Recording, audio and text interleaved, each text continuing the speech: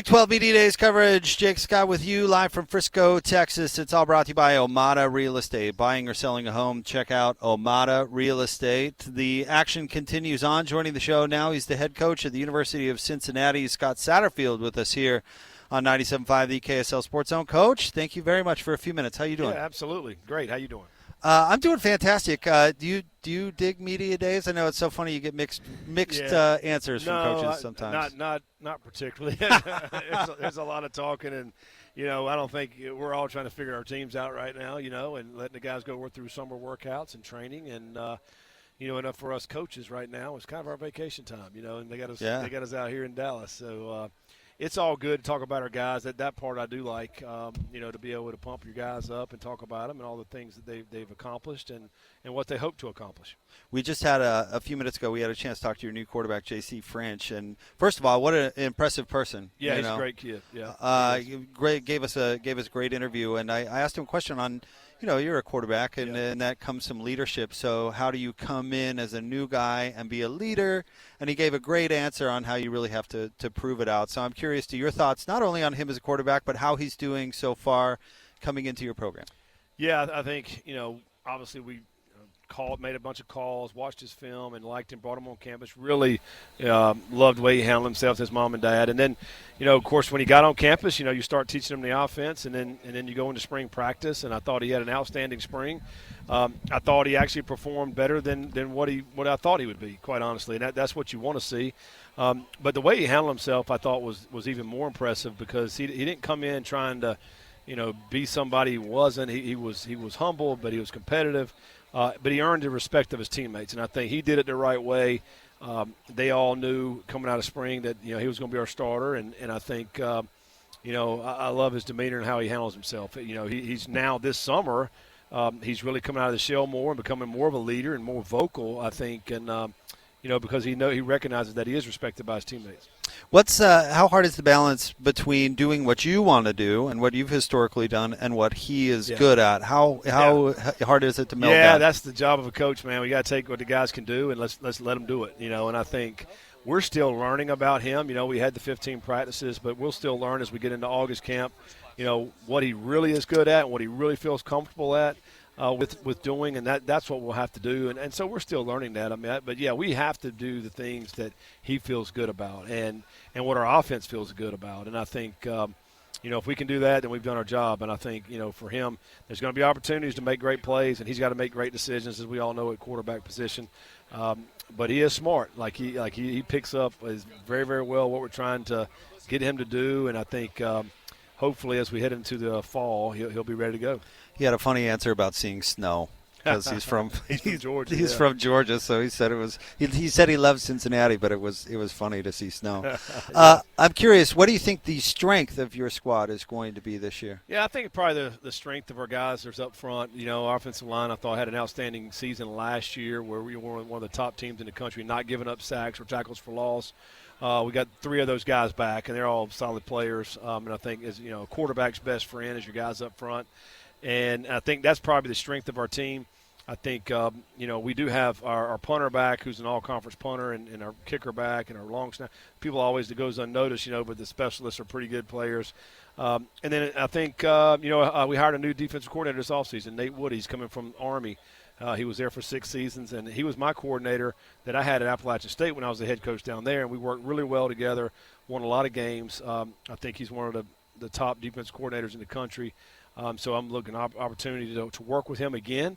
I'm excited about what he'll be able to do for our defense, and I think it'll certainly help our team. So the league isn't that new anymore, and so I'm curious what you've learned about the league, being in it for a few years now, and what you like about it. Yeah, this league is wild, man. This league is so good, I think, from top to bottom and all the different places that you actually go play that is very cool. There's a lot of good venues that we're going to play in and have played in. You learn it each and every year. I know this. There's great coaches in this league, and there's really, really good players. And if you don't have a good week of preparation, you go into that game, then you're going to get beat. There's no question about it. Nobody in this league gives you anything. You just can't show up and think you're going to go win. It doesn't happen in this league. I was in the ACC for 4 years, and I felt like there was a few weeks in there that, man, if you just had an average week, you can still go win. In this league, it doesn't happen. It doesn't matter who you're playing. So, it's kudos to all the coaches in this league, and it's very, very competitive. But I love the atmosphere that we get to play in each and every week. I have a hot take about Cincinnati that I think you can really win there. Get players there, and as the college environment changes a little bit, I think schools have different advantages that are emerging. So is my hot take right? Can you win big at Cincinnati? No, you can win big there, and Cincinnati has won big. Yeah. Obviously now we're at a power level, and it's a lot more competitive. And there's a lot more to it, I think. We just built a brand-new facility, $134 million football building that has an indoor and, locker room and state-of-the-art training room and weight room. So that's going to help because we just finished our first year, so that's going to help in recruiting and enhancing our players. A lot of it depends on how much are we funding the program, and when it comes down to relatively to all the other teams that we're playing. And I think – certainly our administration is trying to do the best they can to give us the most funds that we have to be able to compete.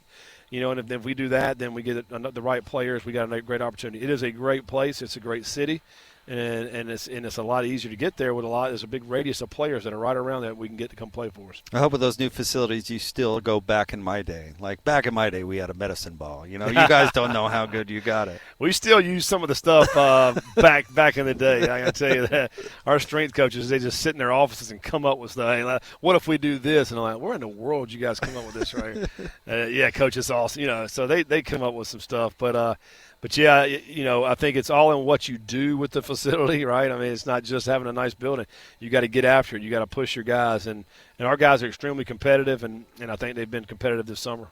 So I want to get your thoughts about late in the season because you look back at the past couple of years and things have fallen off a little bit late. And a comparison I'll bring up is Utah when they got into the Pac-12 because we're from Salt Lake. So just so people – and they had a tough time in November, their first 3 or 4 years. And Coach Witt always said it was about depth because injuries are going to happen. And I'm curious, is depth something you're working on or how do you keep it more consistent at the end of the year? Yeah, I mean, depth is certainly a piece of it. You guys get dinged up by the end of the year. This past season, we played Arizona, Utah, BYU, and TCU. They're 4 pretty good teams. Yeah, they all won double-digit wins. I mean, so it's like, we played some good teams. And so, that part of our schedule, we got to figure out a way to win those games. And we were close in a few of those games.